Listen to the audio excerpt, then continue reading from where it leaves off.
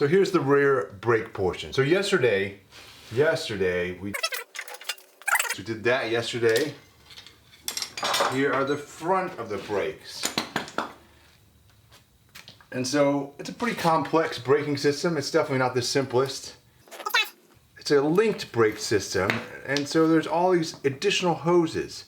Instead of having one hose to the rear brake caliper, there are two. And instead of a hose to each of the calipers up front, there are two. This one has the front has a delay valve on it, which sort of delays the braking. It's this guy. And the delay valve is like, I think there's a delay valve on each caliper. One here and one over there. When you're braking on the front of the brakes, you want the suspension to compress just a little bit and then put full braking power in. So you brake just a little bit, suspension compresses, then you squeeze all the way and then stop the bike. This sort of does that, the delay valve sort of does that for you, is the idea. Then on the back, we have this additional piece of mechanics, which is a proportioning valve.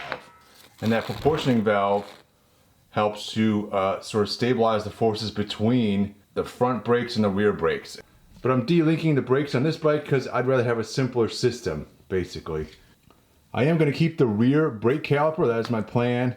So in order to do that, I've got two inlets here on the caliper for the hydraulic fluid, and I'm going to have to link those. Basically, I have a little jumper line that goes from this valve to that valve and links them together, and then I'll have one line coming in from the actual master cylinder. And I should be able to reuse the original master cylinder, you know, given that this thing is still in good working condition. So my setup on the rear should be not too complicated. On the front, that's where it gets more interesting. Because on the front, I'm planning on redoing the entire front of this bike. All the forks, the front wheel, etc. are going away on this. These are damaged anyways. That's what pushed me towards this decision, is to get rid of this and swap it out for a more modern upside down fork suspension on here. And while I'm at it, I'm going to use the brake system and all that stuff off the more modern bike.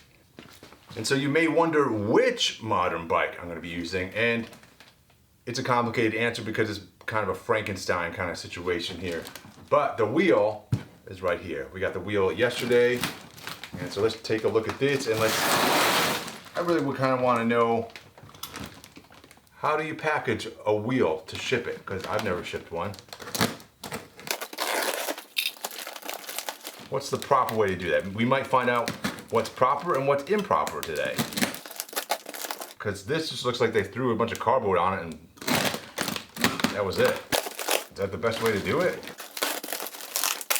Or is it just good enough?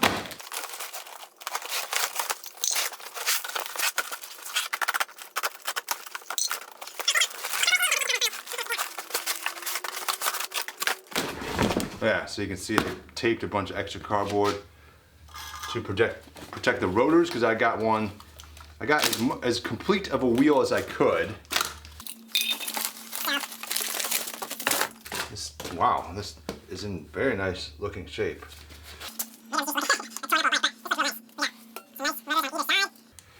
So if anybody can guess in the comments, what bike did this come off of?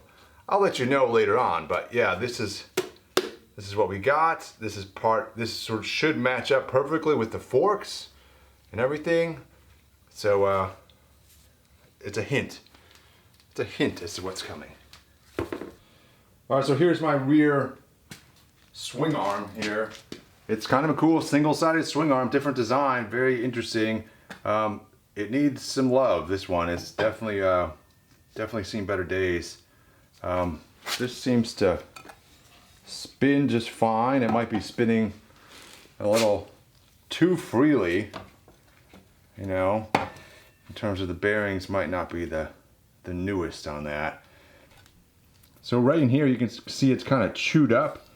That is where the chain adjuster is. There's a big sort of plate in here that you have a big sort of adjusting wrench, the same sort of thing you would use on your suspension.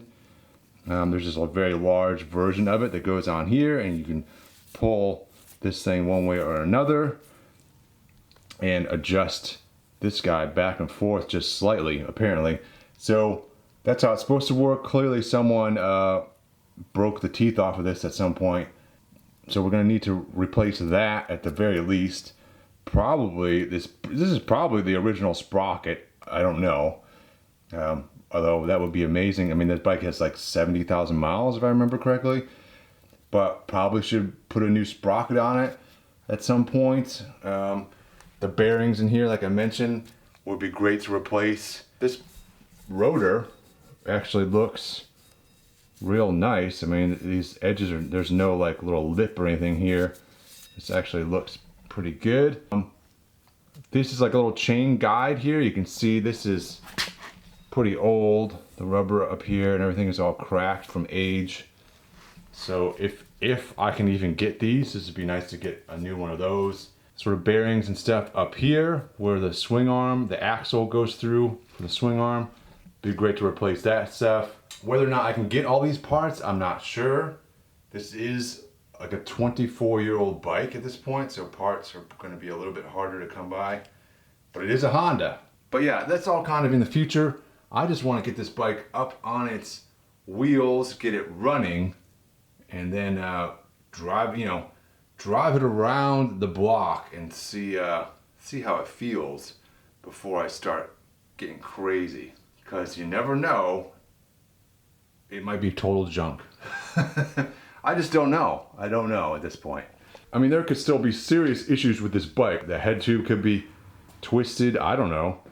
I don't think it is, but I won't really know until I ride it or put the thing on a frame jig. And even then, the frame jig for a bike like this is going to be, I don't have the best frame jig because it has a single-sided swing arm on it. Hooking up the rear wheel into the frame jig, I don't really have a setup for that. So, because my setup is really just for a more traditional frame. So for me, riding it is really the only way to tell if this thing is straight or not. So for the time being, I want to stick this swing arm back onto the bike. Previously I had discovered, this is the axle for the swing arm. I put this in the lathe and found that it's got a little bit of a wobble to it. So I ordered a new to me swing arm. I'm gonna put this in the lathe. We'll put both of them in the lathe and see if we can tell a difference. All right, so here's the old axle. Let's see if we can see this.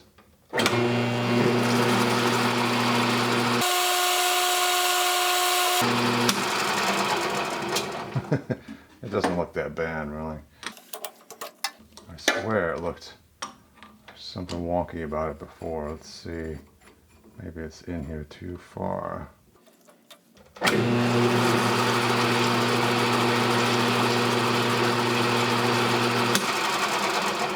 Well, there's a little bit of a wobble to it.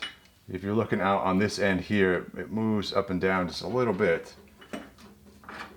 Maybe that's within standard tolerances. I don't know. Let's look at the other one and see if there's any difference. Maybe I'm just being overly cautious, just expecting that there has to be something wrong and looking for things where there aren't any.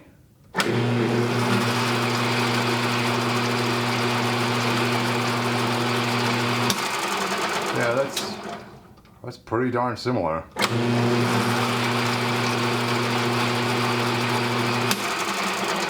Boy, that's very similar.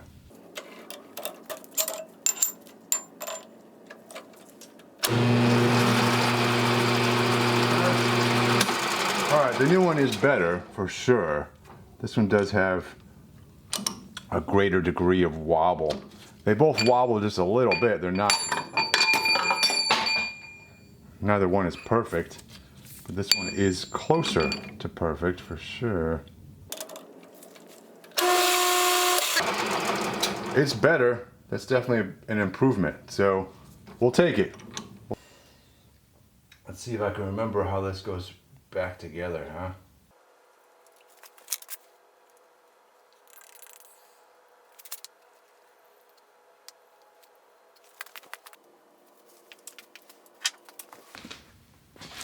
All right, if I recall correctly, the head of the bolt is on this side of the engine. Goes through this guy. Or at least that's how I found it. Whether that's standard, I don't know.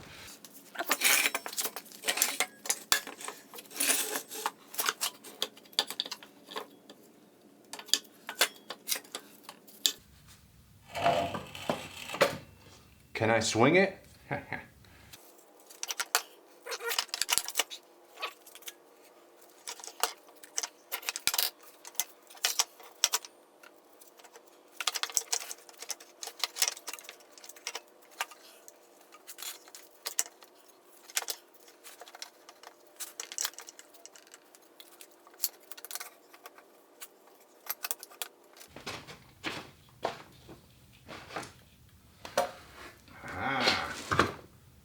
Haha! Got the bolt in.